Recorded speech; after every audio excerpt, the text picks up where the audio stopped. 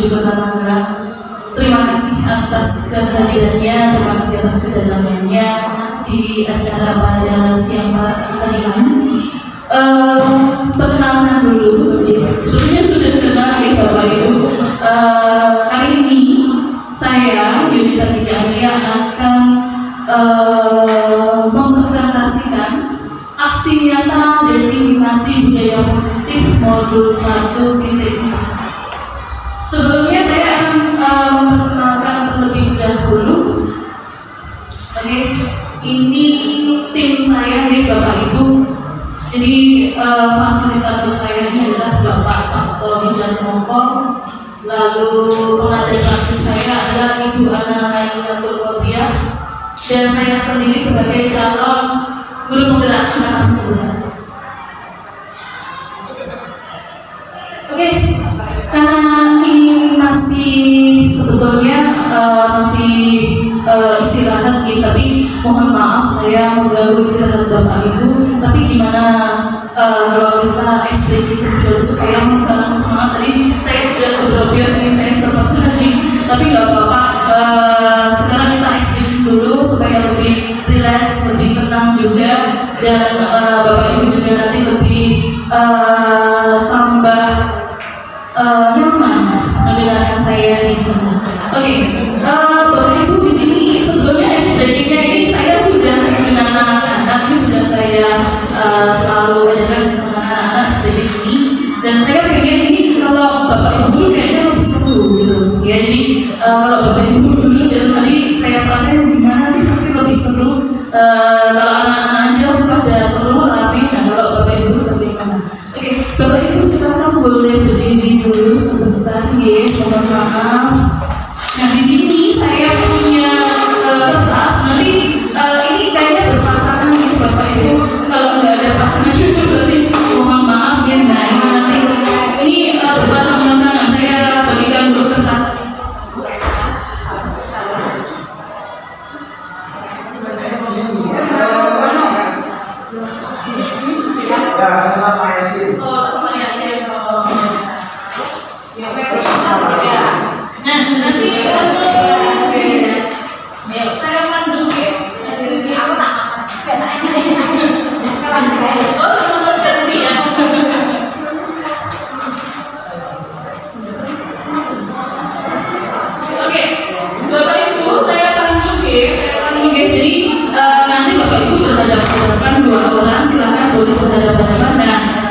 Kertasnya dipegang di sebelah kanan. Nah ini namanya tangan tangga tangkap. Jadi kalau saya bilang tangan, nanti tangan Bapak Ibu yang biasanya ini tangan, lalu tangga, tangan mengambil sesuatu temannya. Langsung diambil, ya. Nanti kita semuanya diambil. Jadi saya bilang ini tangan.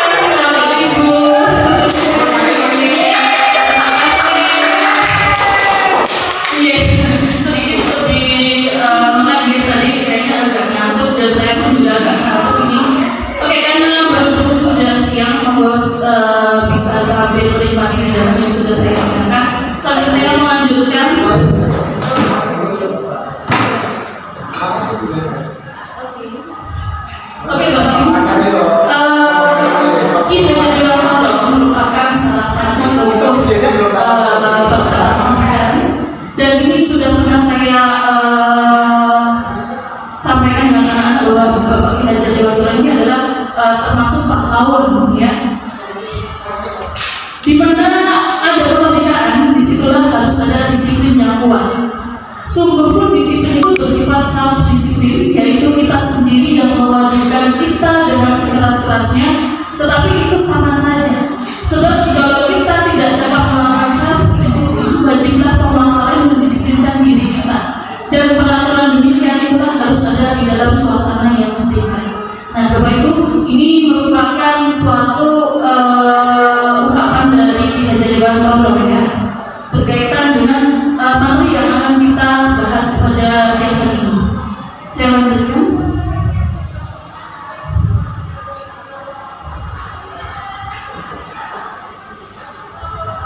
Oke, Bapak Ibu, apa sih budaya positif?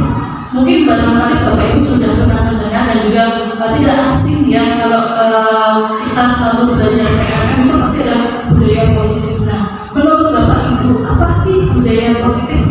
Disiplin. Oh, disiplin. Apa ya Bapak Ibu? Ada yang pernah mendengar apa sih budaya positif itu? Oh, taat. Ya, Pak Yasin. Sesuatu yang baik. Sesuatu yang baik. Maksudnya tertib. Saya lanjutkan Bapak Ibu. Budaya positif adalah sebuah nilai kebajikan yang menjadi keyakinan dan pada akhirnya menjadi karakter atau ciri khas dari sebuah komunitas atau lembaga. Dan di dalam budaya positif ini memiliki konsep-konsep yang harus diketahui dalam membentuk suatu budaya positif di lingkungan sekolahan. Yang pertama yaitu disiplin positif, lalu ada motivasi perilaku manusia, lalu ada hukuman, konsekuensi dan juga restitusi, lalu juga ada kebutuhan dasar manusia, lalu ada keyakinan kelas dan juga posisi kontrol, dan yang terakhir adalah segitiga restitusi. Nah, nanti ini poin-poin ini yang nanti akan kita bahas di Bapak Ibu pada siang hari ini. Saya lanjutkan. Oke, berikutnya adalah perubahan paradigma belajar. Nah, menurut profil pelajar Pancasila, ini yang sudah selalu saya tekankan dengan anak-anak setiap mata pelajaran saya, terutama pendidikan Pancasila, untuk selalu mengingat namanya profil pelajar Pancasila. Karena kalau tidak diingatkan, anak-anak banyak yang lupa. Nah, menurut paradigma belajar atau pembelajaran dengan paradigma baru merupakan pembelajaran yang dirancang berdasarkan prinsip pembelajaran berdiferensiasi, sehingga para peserta didik belajar sesuai kebutuhannya berdasarkan tahap perkembangan sesuai teori psikologi modern untuk mewujudkan profil pelajar Pancasila. Dan sudah kita ketahui bersama ya Bapak Ibu, pada profil pelajar Pancasila ini ada berkebinekaan global, bergotong royong, kreatif, negara kritis, mandiri, dan juga berketuhanan. Lanjut ya Bapak Ibu, saya akan membahas berkaitan dengan disiplin. Nah, berkaitan dengan makna disiplin, ada yang mau menyampaikan mungkin Bapak Ibu yang setiap harinya mungkin berkaitan dengan kedisiplinan siswa yang ada di sekolahan, mungkin Bapak Yasin.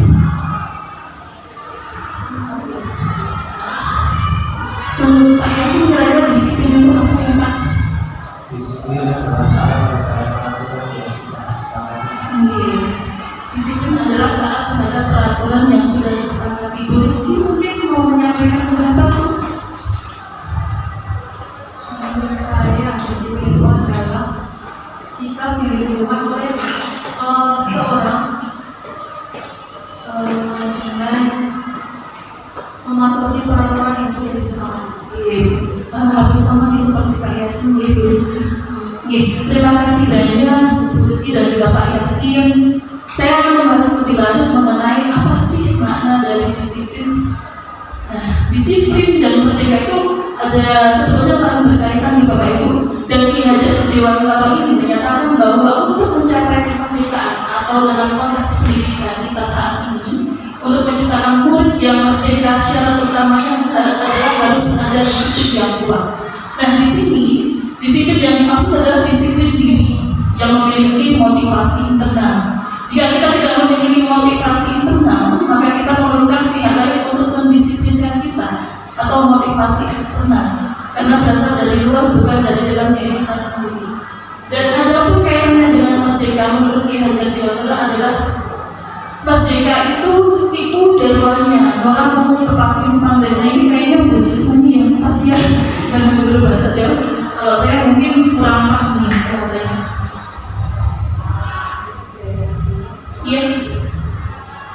Merdeka itu adalah suatu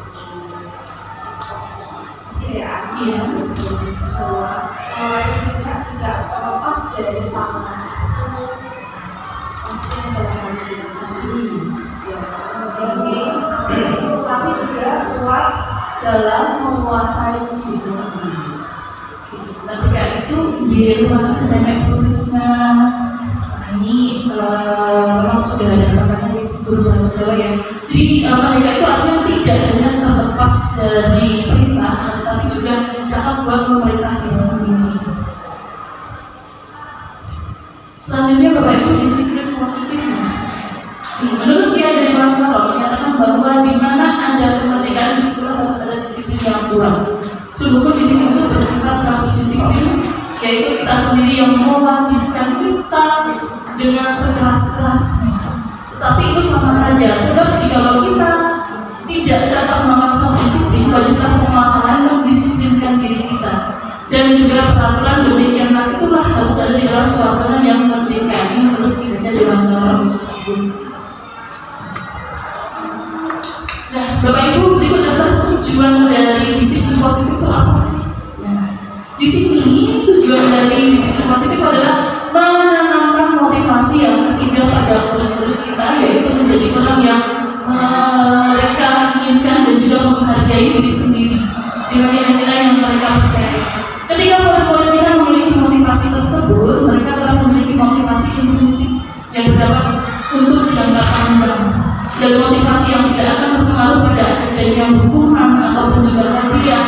Mereka juga akan tetap berperilaku baik berdasarkan nilai-nilai kebajikan, karena mereka ingin menjadi orang yang menjunjung tinggi nilai-nilai yang mereka hargai.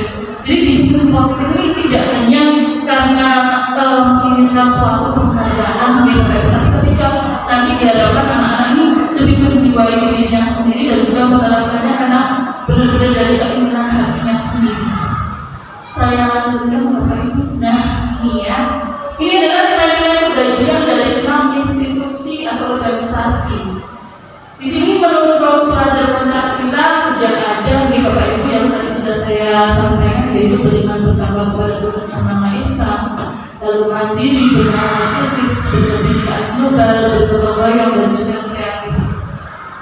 Selanjutnya ini nilai-nilai kebajikan ada dari IDO Primary Years Program, lalu juga ada 9 pilar karakter. Di sini ada sikap muridnya, ada toleransi, rasa hormat, integritas, mandiri, menghargai dan sebagainya. Lalu nomor 9 pilar karakternya ada cinta Tuhan dan segenap ciptaannya, lalu kemandirian dan tanggung jawab, kejujuran, hormat, santun, menerima orang, semua dan sebagainya. Selanjutnya Bapak Ibu, motivasi perilaku manusia. Menurut Dian Wilson dalam bukunya Useful Discipline menyatakan ada 3 motivasi perilaku manusia.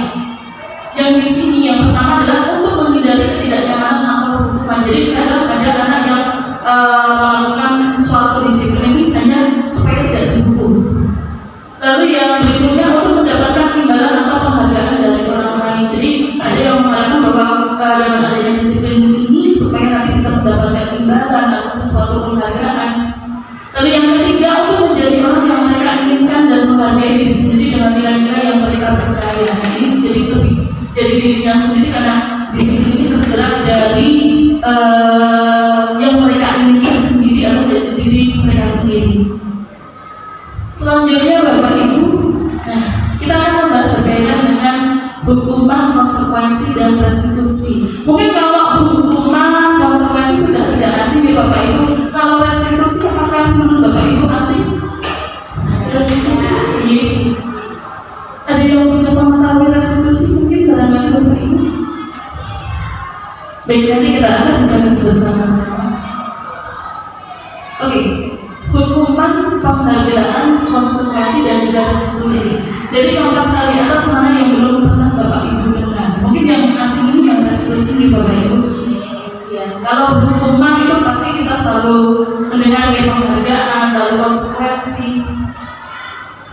Berikutnya, apakah Bapak Ibu pernah menghukum atau menerima hukuman dari seseorang? Nah ini saya pengen sih dari ini. Mungkin barangkali Bapak Ibu pernah ada pengalaman dari Bapak Ibu sendiri. Apakah pernah mengalami suatu hukuman ataupun hukumannya itu seperti apa? Boleh kita sering budaya mungkin budaya pernah menerima suatu hukuman budaya? Saya menerima suatu hukuman karena saat sekolah, terlambat berangkat sekolah, hukumannya saat itu adalah lari keliling lapangan. Oh iya, itu waktu SMP atau SMA itu budaya? Itu SMP SMA. Oh SMP SMA pernah. Itu lari keliling lapangan. Lalu menurut budaya bagaimana Bu? Kalau dihukum seperti itu Bu? Ternyata tidak membuat saya kapok, Iya. karena terbukti saya terlambat. Oh terlambat kembali. Sebetulnya boleh nggak sih Bu kalau kita menghukum anak dengan keliling lapangan seperti itu?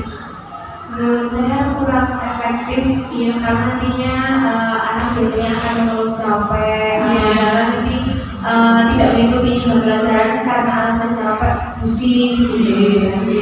Terima kasih banyak Bu Dea. Jadi pernah dihukum Bu. Bu Trisna ini mungkin pernah apakah merasakan hukuman? Kayaknya belum pernah ya Bu. Kalau saya dulu waktu SD, Iya. SD berarti kurikulum 2006 ya. 2006. Nah, saya pernah mengalami perlakuan tidak baik dari guru saya senior dan juga sama senior. Karena waktu itu juga ada pensiun.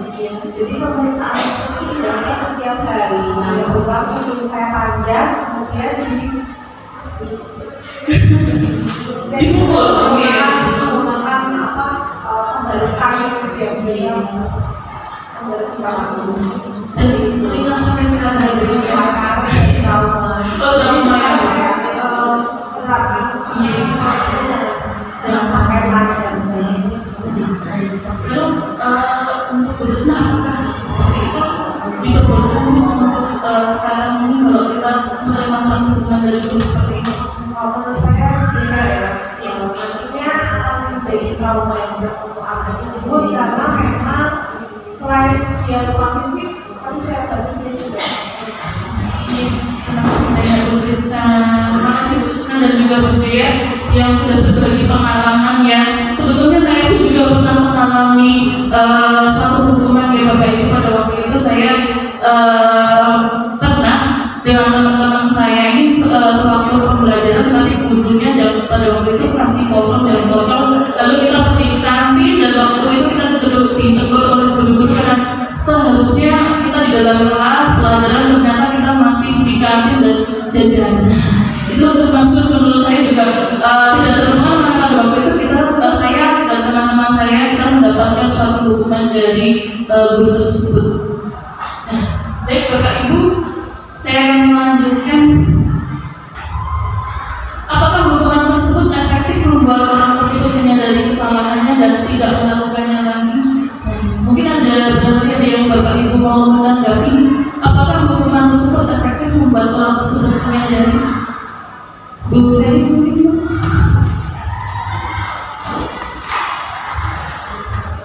Terima kasih banyak. Saya di hukuman tersebut adalah efektif ya, karena mereka juga ketika dulu itu belum tentu bisa menyadari apa kesalahannya. Ada juga mungkin yang menyadari kesalahannya. Gitu. Jadi saya seperti itu. Iya, terima kasih banyak Bu Ferry. Jadi belum tentu menyadari kesalahannya Ibu.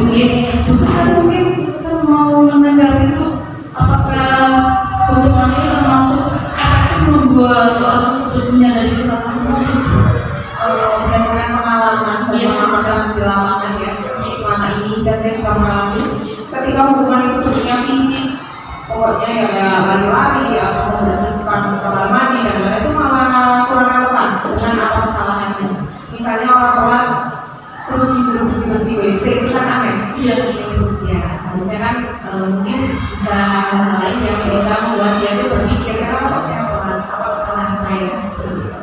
Terima kasih banyak. Oke, baik Bapak Ibu, saya akan melanjutkan kembali. Terima kasih sudah berbagi ceritanya. Berikutnya seorang siswa tidak mengerjakan tugas. Nah, ini respon seperti apa sih yang akan Bapak Ibu berikan, atau Bapak Ibu kalau misalkan melihat atau mengalami di dalam kelas kok ada siswanya yang tidak mengerjakan tugas, itu kira-kira bagaimana? Rasanya bagaimana? Bu Rizky mungkin mau berbagi cerita, Bu Rizky, kalau ada muridnya mungkin di dalam kelas yang tidak mengerjakan tugas. Yang saya lakukan itu ketika ada siswa yang tidak mengerjakan tugas, yang pertama adalah saya menanyakan kenapa dia tidak mengerjakan. Ya. Nah setelah itu mungkin nanti dari jawabannya kita akan mengetahui apakah jawaban tersebut bisa diterima atau tidak. Kalau memang bisa diterima, misalkan dia ada hal yang sangat besar, mungkin bisa dimaklumi. Namun jika ada hal yang tidak penting dan membuat dia tidak mengerjakan, maka itu harus diberikan sebuah konsentrasi. Tidak mengambil seperti itu, Bu Rizky. Terima kasih Bu Rizky sudah berbagi pengalamannya. Bu Oka mungkin mau berbagi, Bu, kalau menemukan seorang siswa di dalam pembelajaran ini tidak mengerjakan tugas, Bu. Ini respon Ibu kira-kira bagaimana, Bu? Untuk respon saya ketika mendapati seorang siswa yang tidak mengerjakan tugas, mungkin saya tanya dulu alasannya, ya Bu Amel. Iya, Bu. Nah, kemudian setelah saya mendengar alasan dari siswa, mungkin saya baru bisa mencari solusi bersama. Jadi tidak langsung saya hukum, tapi saya ajak diskusi terlebih dahulu. Istri tanya dulu Ibu Oka, maksudnya alasannya kenapa sih ada sesuatu gitu. Kalau ada siswa yang tidak mengerjakan tugas itu pasti ada sesuatu yang itu mungkin tadi malam lupa, atau mungkin karena memang ada suatu kepentingan hal yang memang benar-benar siswanya yang ini tidak mengerjakan tugas. Baik Bapak Ibu, saya akan lanjutkan kembali. Nah ini Bapak Ibu, di sini ada hukuman, konsekuensi dan juga restitusi. Nah kalau kita melihat nih Bapak Ibu, hukuman ini biasanya tidak terencana atau biasanya bisa secara tiba-tiba. Dan ini juga kita murid tidak tahu apa yang akan terjadi atau tidak dilibatkan. Nah ini biasanya juga bersifat satu arah. Lalu juga hukuman ini jelas berupa hukuman, entah itu bisa hukuman fisik ataupun psikis. Lalu kalau kita melihat konsekuensi ini biasanya terencana atau sudah disepakati bersama, baik itu di dalam sekolah atau di dalam kelas ya. Lalu juga murid tetap dibuat tidak nyaman karena suatu adanya konsekuensi atau suatu kesepakatan. Lalu juga sikap guru ini selalu memonitor murid. Berikutnya restitusi. Nah, untuk restitusi ini proses menciptakan dan memperbaiki kondisi kesalahan, termasuk juga proses yang mengajarkan murid ini untuk mencari solusi sendiri yang kolaboratif. Berikutnya saya lanjutkan. Nah, bisa dicermati nih Bapak Ibu. Ini apakah hukuman atau konsekuensinya? Membersihkan coretan yang dibuatnya di meja tulis. Nah ini termasuk hukuman atau konsekuensinya. Konsekuensi. Lalu lari mengelilingi lapangan basket 2 kali karena terlambat tadi di sekolah. Ini termasuk hukuman atau konsekuensi. Hukuman karena lebih ke fisik di Bapak Ibu, lari mengelilingi lapangan. Baik Bapak Ibu, saya akan membahas berkaitan dengan hukuman. Hukuman ini adalah konsekuensi yang diberikan kepada seseorang sebagai bentuk penegakan aturan atau disiplin ketika mereka melakukan kesalahan atau suatu pelanggaran.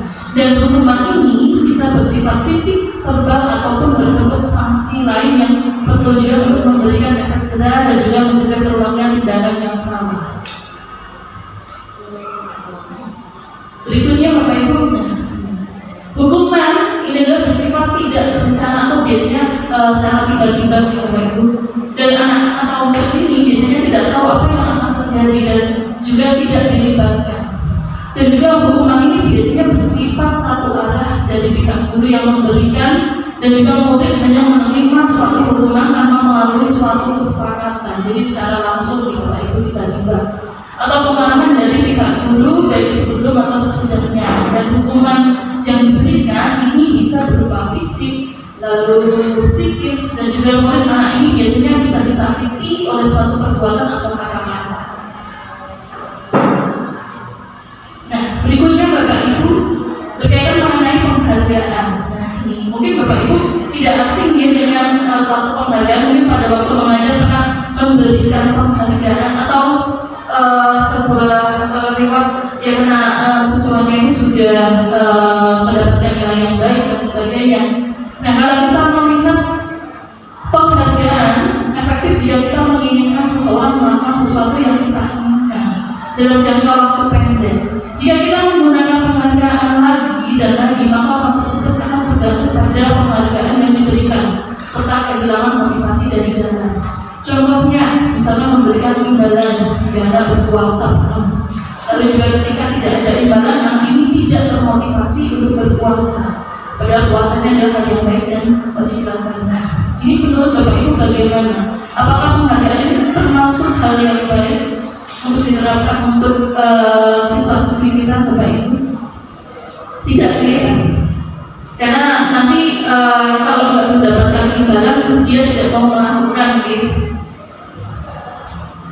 Nah, kalau kita melihat ya, penghargaan tidak efektif. Nah, penghargaan ini diberikan dengan syarat hanya jika ada melakukan hal ini, maka Anda akan mendapatkan penghargaan yang diinginkan. Jika saya mengharapkan suatu penghargaan yang tidak mendapatkannya, maka saya akan kecewa dan berkecil hati, serta kemungkinan lain kali saya tidak akan berusaha sekeras sebelumnya.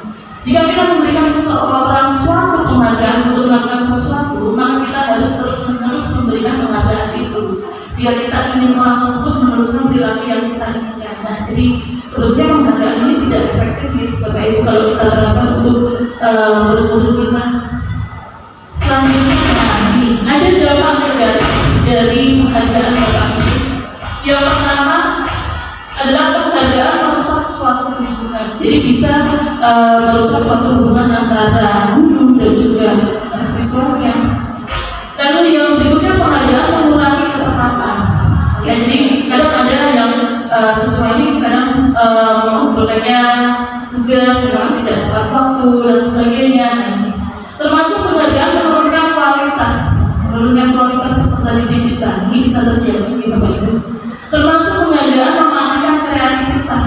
Ini juga bisa mematikan kreativitas siswa karena bergantung. Selanjutnya penghargaan ini menghukum mereka yang tidak mendapatkan penghargaan.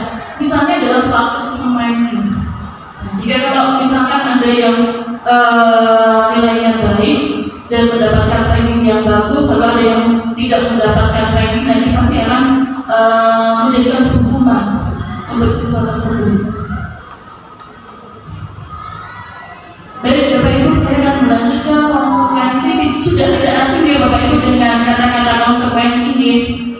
Konsekuensi, disiplin dalam bentuk konsekuensi sudah terencana atau sudah disepakati, sudah dibahas dan disetujui oleh murid dan juga guru. Umumnya bentuk-bentuk konsekuensi ini dibuat oleh pihak guru ataupun sekolah, dan juga murid ini sudah mengetahui sebelumnya konsekuensi yang akan diterima bila ada pelanggaran. Pada konsekuensi, murid tetap dibuat tidak nyaman untuk jangka waktu yang pendek.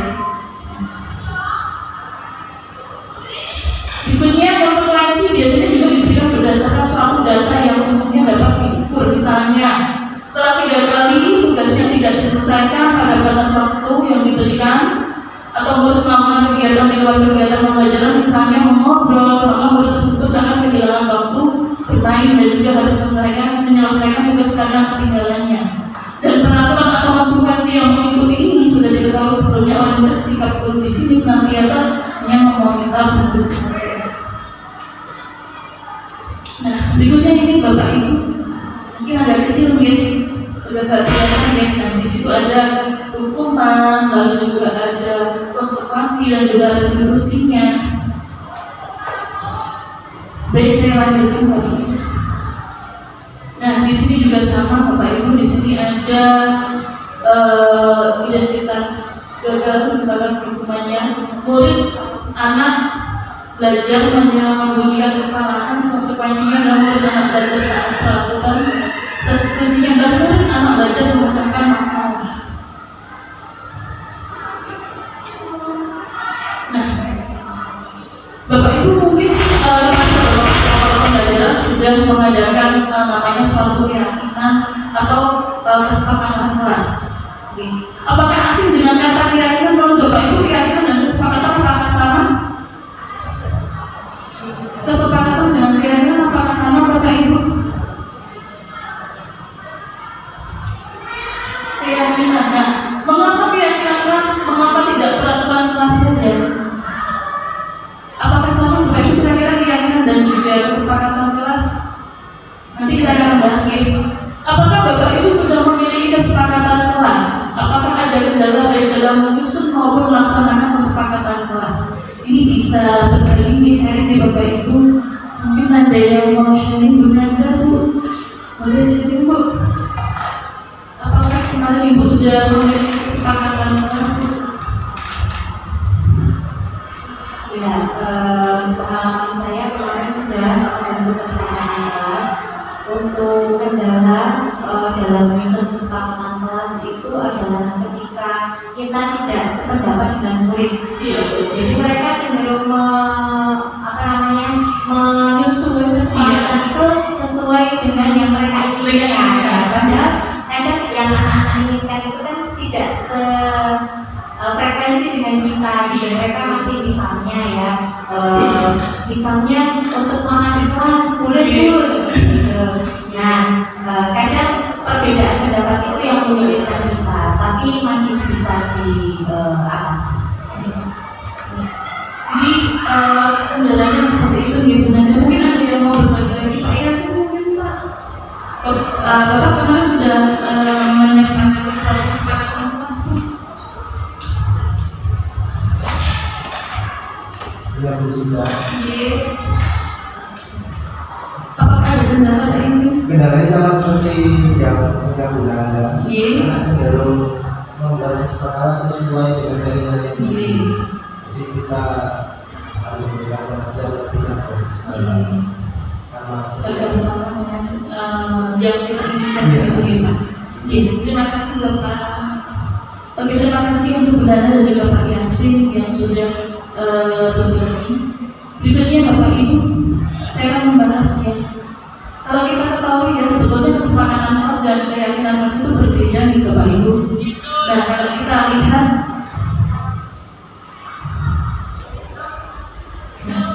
kesepakatan kelas ini adalah aturan yang disepakati untuk mengatur perilaku dan interaksi sehari-hari di kelas. Ini adalah suatu kesepakatan kelas. Dan kalau keyakinan kelas ini adalah nilai-nilai mendasar yang diyakini oleh seluruh anggota kelas yang membentuk budaya dan moral dalam kelas. Jadi sebetulnya lebih positif lagi. Nah, Bapak Ibu, kalau kita ketahui berkaitan dengan kesepakatan kelas, ini adalah aturan atau peraturan yang disepakati bersama oleh guru dan juga siswa untuk menjaga ketertiban dan menciptakan lingkungan belajar yang nyaman. Biasanya kesepakatan kelas ini dibuat secara kolaboratif dan juga bisa meliputi hal-hal yang seperti cara berinteraksi, lalu cara menghormati satu sama lain, dan juga tanggung jawab masing-masing. Dan fokus kesepakatan ini biasanya lebih bersifat operasional dan juga praktis. Dan termasuk juga contohnya misalkan berbicara satu persatu, menghormati pendapat orang lain, atau mengumpulkan tugas tepat waktu. Dan biasanya tujuannya ini adalah untuk menciptakan struktur dan aturan yang jelas yang bisa diikuti oleh semua siswa agar proses belajar dan mengajarnya bisa berjalan dengan lancar. Dan kalau kita lihat dengan keyakinan kelas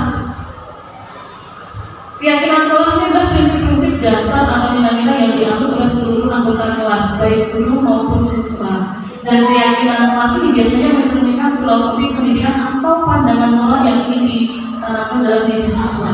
Dan biasanya fokus dalam keyakinan kelas ini lebih berfokus pada nilai-nilai dan juga sikap dasarnya, seperti misalkan sifat dari kejujurannya, lalu kerjasama, lalu rasa hormat, tanggung jawab. Dan ini lebih bersifat filosofis dan juga mendasar mencerminkan budaya ataupun etos kelas. Tujuan dari keyakinan kelas ini biasanya untuk membentuk karakter siswa dan menciptakan lingkungan kelas yang mendukung perkembangan moral dan juga emosional mereka.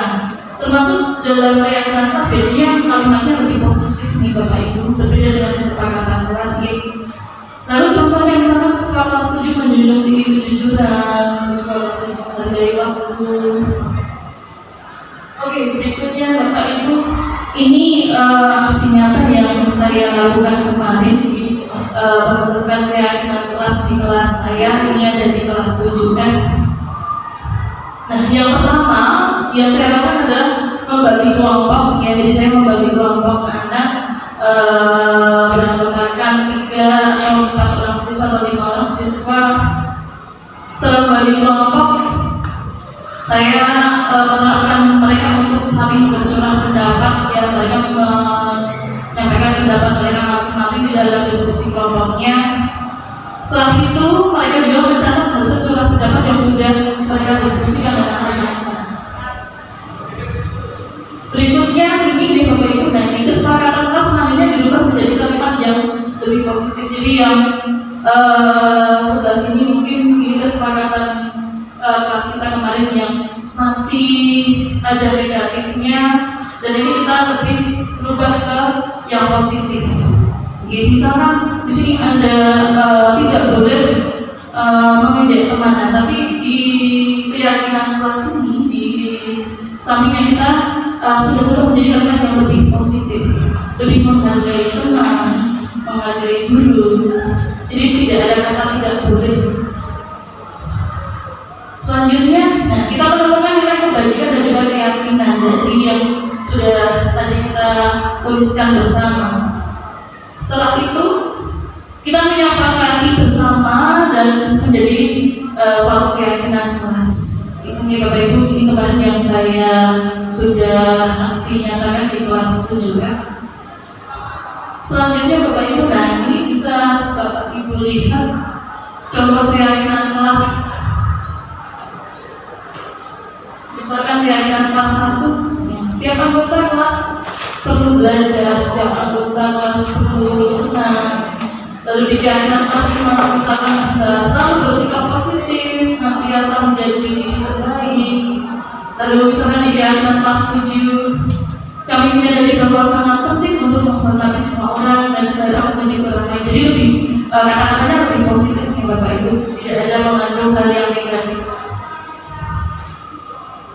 Nah, berikutnya Bapak Ibu saya akan membahas berkaitan dengan 5 kebutuhan dasar manusia. Nah, nanti kita akan membahas lebih lanjut apa sih 5 kebutuhan dasar manusia apa saja. Nah, 5 kebutuhan dasar manusia adalah seluruh tindakan manusia memiliki tujuan tertentu, dan semua yang kita lakukan adalah usaha terbaik kita untuk mendapatkan apa yang kita inginkan. Ketika kita mendapatkan apa yang kita inginkan, sebetulnya saat itu kita sudah memenuhi satu atau lebih dari suatu kebutuhan dasar kita. Nah, lebih lanjut saya akan menjelaskan Bapak Ibu. Ini ada 5 kebutuhan dasar manusia. Yang pertama berkaitan dengan bertahan hidup. Ini berkaitan dengan makanan, pakaian, tempat tinggal, keamanan, kesehatan. Lalu yang kedua ada kasih sayang dan rasa diterima. Lalu yang ketiga penguasaan. Yang keempat kebebasan, dan yang kelima adalah kesenangan. Ini termasuk 5 kebutuhan dasar manusia. Saya akan lebih lanjut untuk membahasnya Bapak Ibu satu persatu. Nah, ini adalah yang pertama bertahan hidup. Biasanya bertahan hidup adalah kebutuhan yang bersifat fisiologis, dan ini biasanya berkaitan dengan kesehatan, lalu rumah, makanan, pakaian. Ya. Lalu dalam kasus Doni di atas, apabila jawaban Doni ketika ditanya oleh ibu Ambar adalah karena ia lapar dan orang tuanya tidak membawakannya bekal makan siang. Jadi untuk bertahan hidup, ya Bapak Ibu, kaitannya dengan bertahan hidup. Berikutnya kasih sayang dan rasa diterima. Kebutuhan psikologis juga sama untuk kasih sayang dan rasa diterima. Kebutuhan ini biasanya lebih untuk disayang atau diterima meliputi kebutuhan akan hubungan dan koneksi sosial. Biasanya contohnya adalah anak yang mungkin kalau dikatakan caper, ya. Nah, kalau ada siswa di kita yang caper, ini kemungkinan bisa karena masih adanya kurang kasih sayang. Nah, dalam kasus di atas saudara menjawab bahwa alasannya mengambil bekal temannya karena dia merasa senang temannya jadi memperhatikan dia. Nah, jadi dia itu butuh kasih sayang, butuh diperhatikan oleh temannya. Ketika temannya melaporkan tindakannya itu pada gurunya dan gurunya memberitahu orang tuanya, sehingga orang tuanya jadi memperhatikan dia. Jadi mungkin karena dia tidak diperhatikan atau kurang kasih sayang dari orang tuanya, jadi dia melakukan hal yang seperti ini. Lanjut yaitu penguasaan, Bapak Ibu. Penguasaan ini biasanya membutuhkan berhubungan dengan kekuatan untuk mencapai sesuatu, dan biasanya menjadi kompeten, menjadi terampil, diakui atas prestasi dan juga keterampilan kita, didengarkan dan memiliki rasa harga diri, dan juga kebutuhan ini biasanya meliputi keinginan untuk dianggap berharga, bisa membuat perbedaan, bisa membuat pencapaian, kompeten, diakui dan juga dihormati. Misalnya contohnya Bapak Ibu, Doni adalah merasa hebat karena temannya jadi takut dengan dia dan menuruti keinginannya. Maka sebetulnya Doni sedang berusaha memenuhi kebutuhan dasarnya akan kekuasaannya. Nah, biasanya ada di Bapak Ibu yang siswa kita yang melakukan hal seperti ini, yang merasa dia sebagai penguasa dalam menguasai kelasnya. Berikutnya yang adalah kebebasan. Kebutuhan bebas adalah kebutuhan akan kemandirian, otonomi, memiliki pilihan dan mampu mengendalikan arah hidup seseorang. Anak-anak dengan kebutuhan kebebasan yang tinggi menginginkan pilihan mereka perlu banyak bergerak, suka mencoba-coba, tidak terlalu berpengaruh orang lain, dan juga mencoba hal baru dan menarik. Nah, contohnya misalnya dalam kasus Doni, bahwa dia merasa bosan dengan bekal makanan yang dibawakan ibunya dari rumah, karena ibunya selalu membawakan bekal yang sama. Oleh karena itu, dia ingin mencoba makanan teman-temannya yang beraneka ragam. Maka Doni berusaha memenuhi kebutuhan akan kebebasan. Jadi dia merasa ingin bebas. Jadi dia mengganggu temannya, mengambil makanan temannya tanpa izin. Berikutnya yang terakhir adalah kesenangan. Biasanya adanya suatu kebutuhan kesenangan ini adalah kebutuhan yang mencari kesenangan, baik itu mungkin bermain, lalu tertawa. Dan anak-anak dengan kebutuhan dasar kesenangan yang tinggi biasanya ini menikmati apa yang dia lakukan. Mereka juga bisa berkonsentrasi tinggi saat mengerjakan hal yang disenangi. Contohnya misalkan Doni melakukan karena iseng saja dan dia menikmati ekspresi wajah teman-temannya yang besar karena diambil makanannya, dan menurut dia ekspresi teman-temannya itu lucu. Jadi ini hanya merasa kesenangan Doni ya. Jadi dia anggap bahwa ekspresi temannya yang pada ini menurut dia adalah ekspresi yang lucu dan bikin dia senang. Baik Bapak Ibu, nah ini mungkin tadi ada yang masing-masing dengan kata restitusi. Apa sih? Restitusi adalah proses menciptakan kondisi bagi murid untuk memperbaiki kesalahan mereka sehingga mereka bisa kembali pada kelompok mereka dengan karakter yang lebih kuat. Dan restitusi juga merupakan proses kolaboratif yang mengajarkan murid untuk mencari solusi untuk masalah mereka dan membantu murid berpikir tentang dengan seperti apa yang mereka inginkan dan bagaimana mereka harus memperlakukan orang lain. Dan biasanya restitusi ini membantu murid menjadi lebih memiliki tujuan, disiplin positif, dan memulihkan dirinya setelah berbuat salah. Dan biasanya penanganannya bukanlah pada bagaimana berperilaku untuk menyenangkan orang lain atau menghindari ketidaknyamanan, namun tujuannya adalah menjadi orang yang menghargai nilai-nilai kebajikan yang mereka percayai. Dan sebelumnya kita telah belajar tentang teori kontrol bahwa pada dasarnya kita memiliki motivasi intrinsik. Nah, Bapak Ibu, kalau kita melihat sebetulnya restitusi ini juga membantu murid kita menjadi lebih memiliki tujuan, termasuk juga memiliki disiplin positif, lalu juga bisa memulihkan dirinya setelah berbuat salah. Dan juga restitusi ini biasanya penanganannya bukanlah pada bagaimana berperilaku untuk menyenangkan orang lain atau menghindari ketidaknyamanan, namun tujuannya adalah menjadi orang yang menghargai nilai-nilai kebajikan yang mereka percayai. Jadi sebelumnya kita belajar tentang teori kontrol bahwa pada dasarnya kita memiliki motivasi intrinsik. Itu nih Bapak Ibu, jadi restitusi ini adalah biasanya bisa membantu murid kita untuk lebih bisa disiplin sisi positifnya, lalu juga lebih tahu bagaimana tujuannya. Lanjut Bapak Ibu, nah ini ciri-ciri restitusi. Yang pertama ciri-cirinya adalah restitusi bukan untuk menebus kesalahan, namun untuk belajar dari kesalahan. Jadi dengan adanya restitusi itu anak-anak itu bukan karena ingin menebus suatu kesalahan, tapi untuk belajar bagaimana dia mengatasi suatu permasalahan.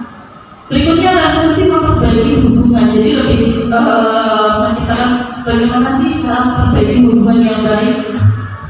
Termasuk restitusi adalah tawaran bukan paksaan, jadi bukan karena dipaksa gitu Bapak Ibu, jadi karena lebih ke tawaran. Berikutnya restitusi menuntut untuk melihat ke dalam diri, jadi diharapkan restitusi ini lebih ibaratnya menuntut melihat ke dalam diri salah satu misalkan siswa yang mengalami suatu permasalahan. Berikutnya restitusi juga mencari kebutuhan dasar yang mendasari tindakan. Dan yang terakhir adalah restitusi adalah cara yang paling baik. Baik Bapak Ibu, saya lanjutkan. Nah, ini salah satu video yang bisa Bapak Ibu amati sebentar ya.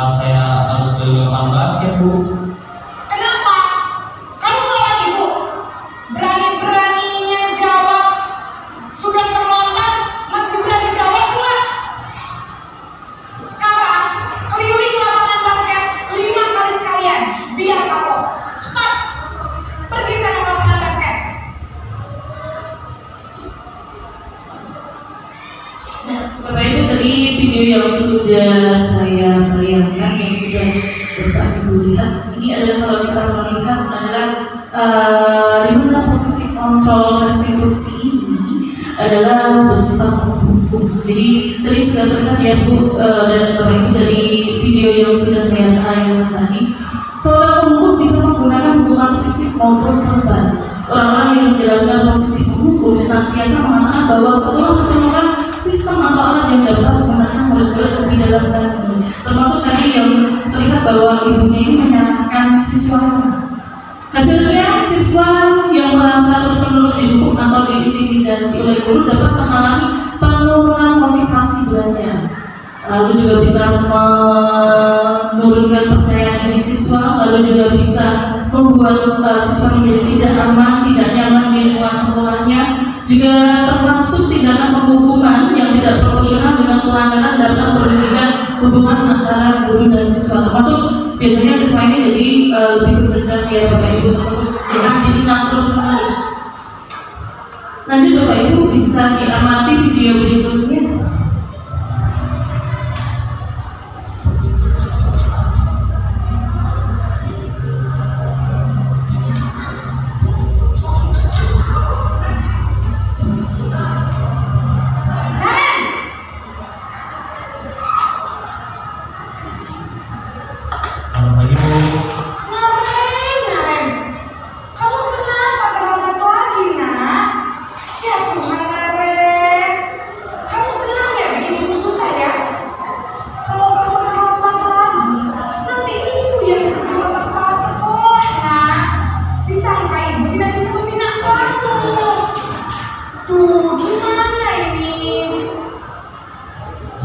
Maaf Bu. Gusti Naren, kamu suka ya kalau ibu tegur bapak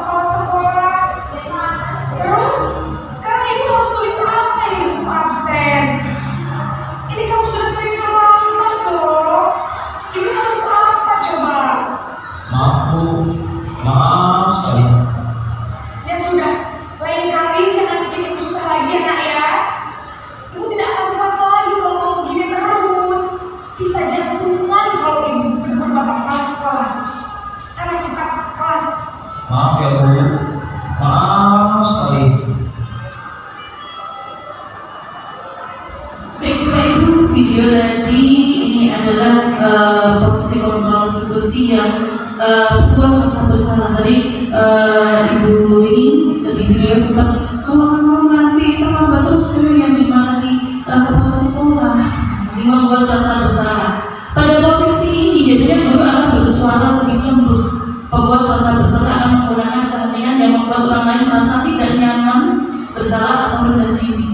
Dan hasilnya ini adalah siswa ini nanti akan terlalu sering atau tidak adil diberi perasaan bersalah. Mereka juga biasanya bisa mengalami stres, lalu juga bisa mengakibatkan ansietas, perasaan bersalah yang konstan atau tidak adil, dan juga termasuk penurunan harga diri karena tadi sudah disalahkan. Dan ini juga bisa mengganggu perkembangan akademik dan juga emosional dari mereka. Berikutnya Bapak Ibu bisa saya lanjutkan, bisa dicermati kembali video yang ada.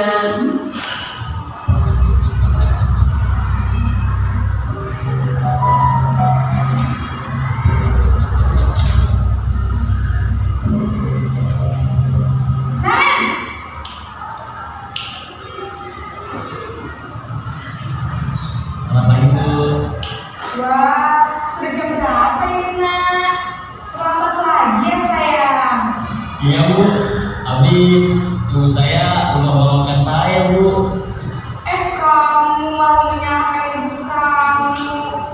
Kamu bukannya anak yang larinya paling kencang. Kok terlambat sih? Iya Bu. Saya memang terlambat bangun tadi. Jadi biarpun saya lari kencang, tetap gak kekejar Bu.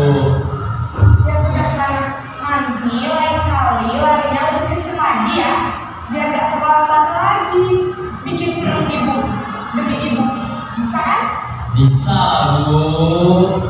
Ya sudah sama sekolah, ibu beresin urusan absen kamu. Kamu ini ada dasar aja. Baik Bapak Ibu, saya lanjutkan kembali. Nah, ini tadi posisi kontrol restitusi sebagai teman ya Bapak Ibu, karena terlihat tadi ibunya ngobrolnya seperti temannya. Nah, guru pada posisi ini tidak akan menyalahkan menggunakan tetapi upaya mengontrol melalui persuasi. Posisi teman pada guru biasanya bisa negatif ataupun positif. Dan positif di sini berupa hubungan baik yang terjalin antara guru dan murid, tapi guru di posisi teman menggunakan hubungan baik dan juga hubungan untuk mempengaruhi seseorang. Dan hasilnya biasanya murid akan merasa senang, lalu akrab dengan guru dan hasilnya masuk dalam yang positif. Hanya saja di sisi negatifnya murid menjadi tergantung pada guru tersebut. Bila ada masalah dia merasa bisa mengandalkan guru tersebut untuk membantunya. Selanjutnya Bapak Ibu saya akan menanyakan kembali, bisa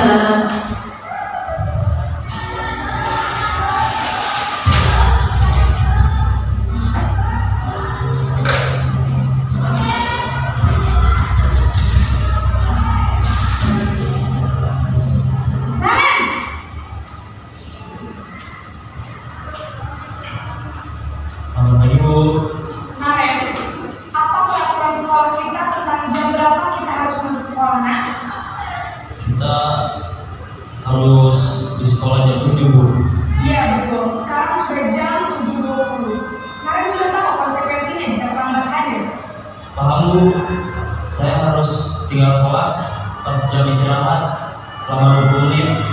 Iya benar, konsekuensinya demikian. Jadi nanti jam 9.30 pas istirahat, kamu harus tinggal di kelas, kerjakan tugas tambahan untuk ketertinggalan kamu, ya? Baik Bu.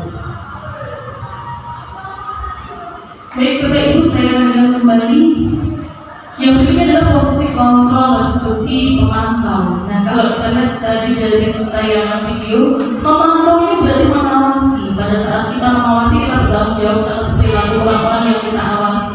Dan biasanya untuk posisi kontrol pemantau ini hasilnya terhadap murid adalah memahami karena telah melanggar salah satu peraturan sekolah dan juga guru pun tidak menunjukkan suatu emosi yang secara berlebihan. Berikutnya Bapak Ibu yang terakhir bisa di sini.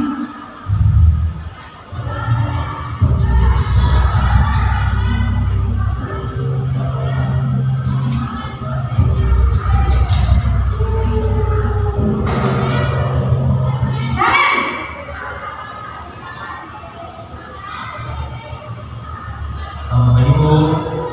Selamat pagi Naren. Maaf Bu, saya terlambat. Iya, sekolah masuknya jam 7, sekarang sudah jam 7.20. Jadi sekarang bagaimana nih Naren?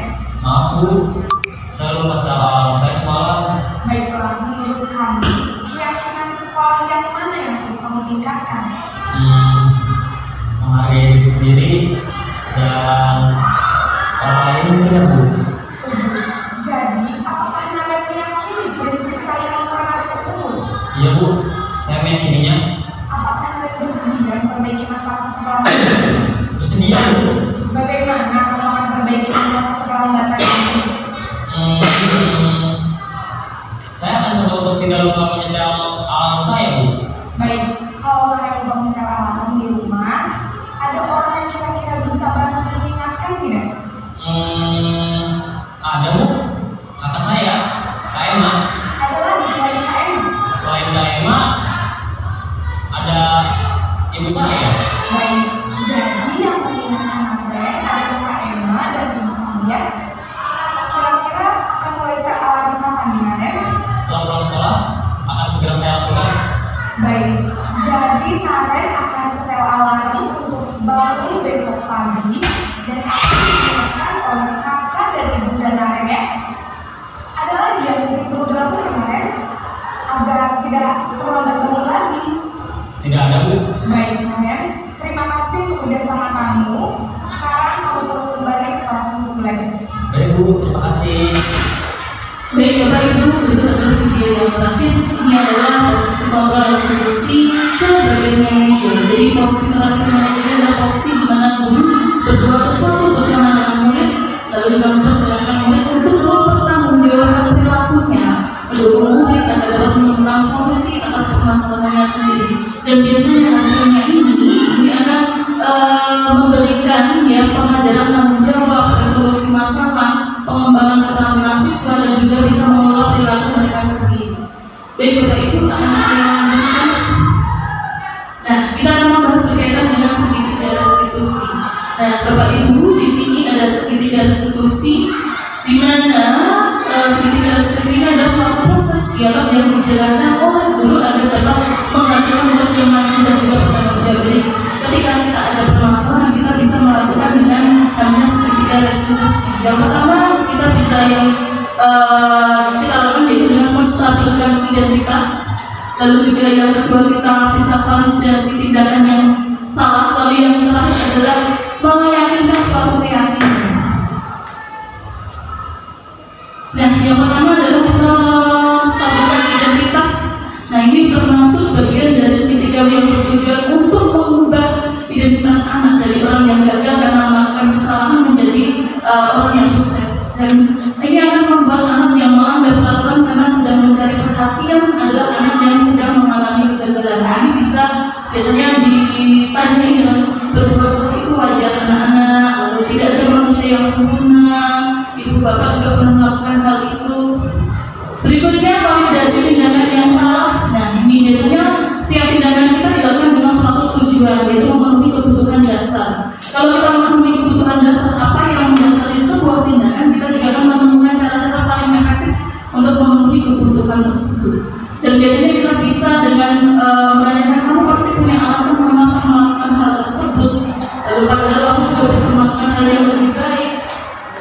Berikutnya yang ketiga, kita menanyakan keyakinannya. Nah, kita mengingatkan mungkin suatu keyakinannya. Ya, teori orang menyatakan bahwa kita pada dasarnya termotivasi secara internal.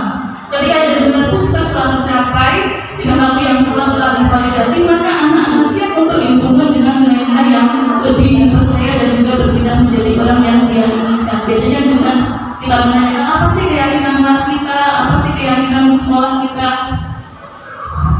Nah, Bapak Ibu, ini saya akan sedikit menayangkan kasus yang sudah kemarin saya aksi nyatakan dengan salah satu siswa? Pagi Bu. Salah satunya adalah Pak Eksperten dulu. Ya Bu. Mungkin karena kasih. Iya, betul. Kemarin kamu masuk. Masuk tapi saya tidak mau kasih. Oke, setiap orang melakukan kesalahan masuk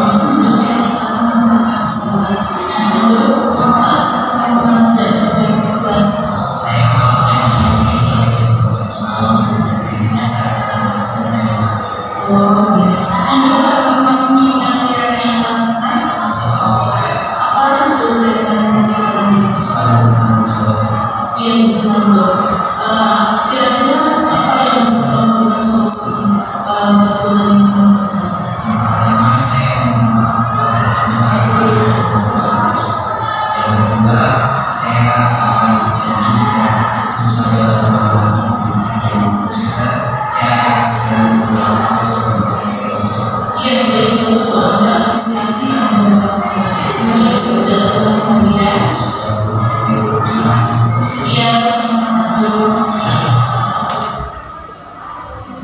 Baik Bapak Ibu, jadi tadi permasalahan siswa yang pada waktu pembelajaran dia tidak mengerjakan tugasnya dan pada hari berikutnya dia menyatakan pernyataan permasalahannya kepada guru yang bersangkutan.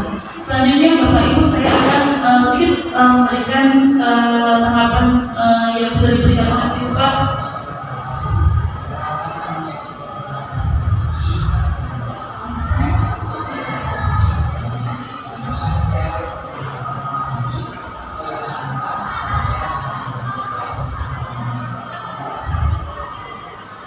Baik Bapak Ibu, jadi sebetulnya ya suatu permasalahan itu tidak langsung. Saya akan menyimpulkan dari materi yang sudah saya sampaikan tadi. Pendekatan yang disebutkan sebelumnya sangat penting dalam membantu anak menghadapi kesalahan mereka dengan cara yang konstruktif dan mendukung pertumbuhan mereka. Dan ini membantu mereka memahami bahwa kesalahan adalah bagian dari proses pembelajaran dan pertumbuhan dan juga bukan identitas mereka. Menanamkan gagasan bahwa kesalahan adalah peluang untuk belajar dan tumbuh adalah prinsip yang sangat berharga dalam pendidikan. Dengan mendekati anak dengan empati, kita dapat membantu mereka merasa lebih nyaman dalam belajar dari kesalahan mereka dan mengembangkan kemampuan untuk mengatasi permasalahan. Baik Bapak Ibu, itu saja yang bisa saya informasikan pada siang hari ini. Ada pertanyaan dari Bapak Ibu? Sudah cukup? Oke, kurang lebihnya saya mohon maaf. Saya akhiri. Wassalamualaikum warahmatullahi wabarakatuh.